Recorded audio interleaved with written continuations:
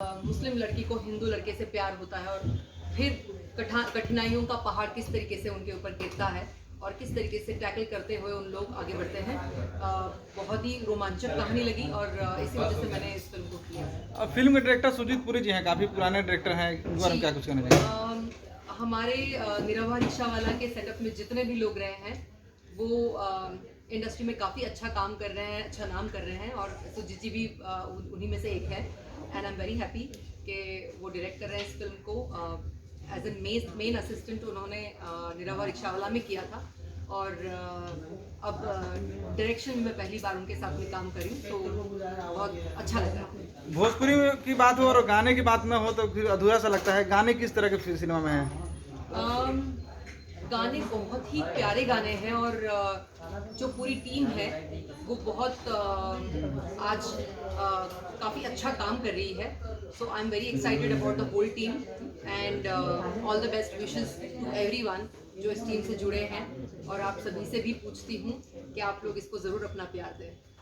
बाकी जी और कौन कौन सी फिल्में आपने अभी जो किया है जो रिलीज पे हैं? अभी तेलुगु फिल्म एक मैंने सुब्बाराव सर के साथ में कंप्लीट की है जो बहुत जल्द रिलीज होने पे है। अभी डबिंग खत्म कर चुकी हूँ और नेक्स्ट 2 तेलुगु फिल्म्स ही कर रही हूँ जिसकी शूटिंग लंदन होने जा रही है।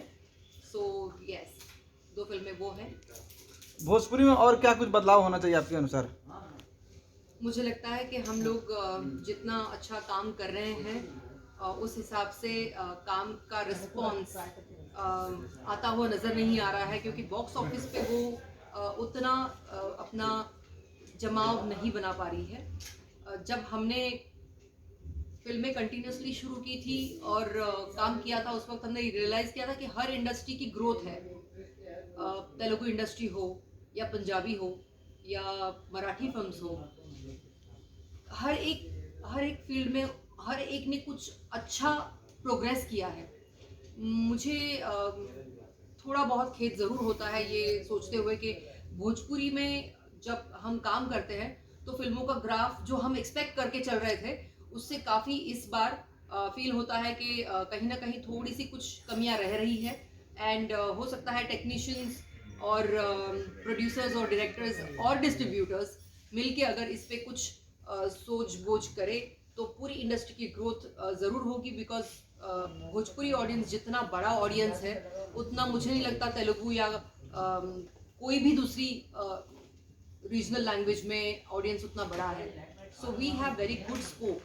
अगर हम उसको राइट तरीके से डाइवर्ट करें तो मुझे लगता है कि भोजपुरी इंडस्ट्री बहुत बड़ा नाम कर सकती है।